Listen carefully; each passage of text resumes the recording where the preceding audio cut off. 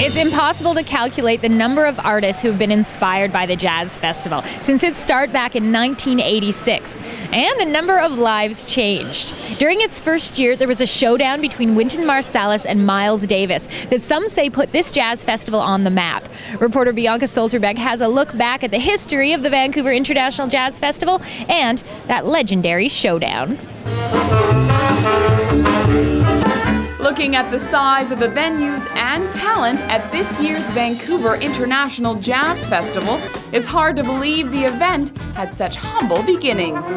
In the mid-'80s, we were a small regional jazz festival featuring musicians from Vancouver, Seattle, Portland essentially.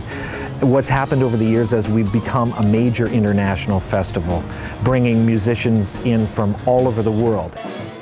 And festival photographer Chris Cameron has seen them all. I have the good fortune to be the festival photographer. I've been doing that since day one. Cameron was there the night jazz greats Wynton Marsalis and Miles Davis had their infamous showdown and put the Vancouver International Jazz Festival on the map. Wynton decided to just go on stage and jam with Miles, unbeknownst to Miles.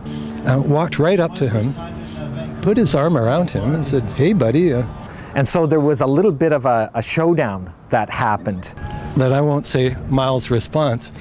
And eventually Miles chastised Wynton. But Miles gestured to a microphone in a manner of proof you can do it. Marsalis walked over there and started to play and played a big lungful of 20 or 30 seconds.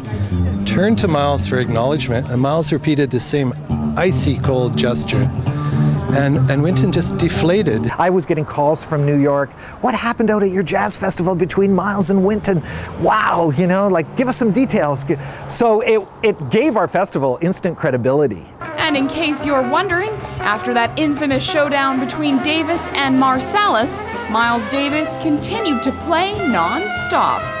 And then towards the end of the show, just raised his sunglasses and bore into me with his eyes. And Cameron managed to take this breathtaking, one-of-a-kind photo. This year, Cameron will once again go to countless concerts to take photos of local and international artists.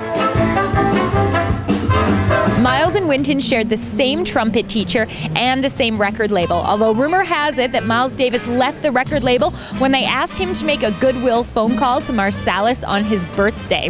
Oh, those fiery artists. No wonder the music is so passionate.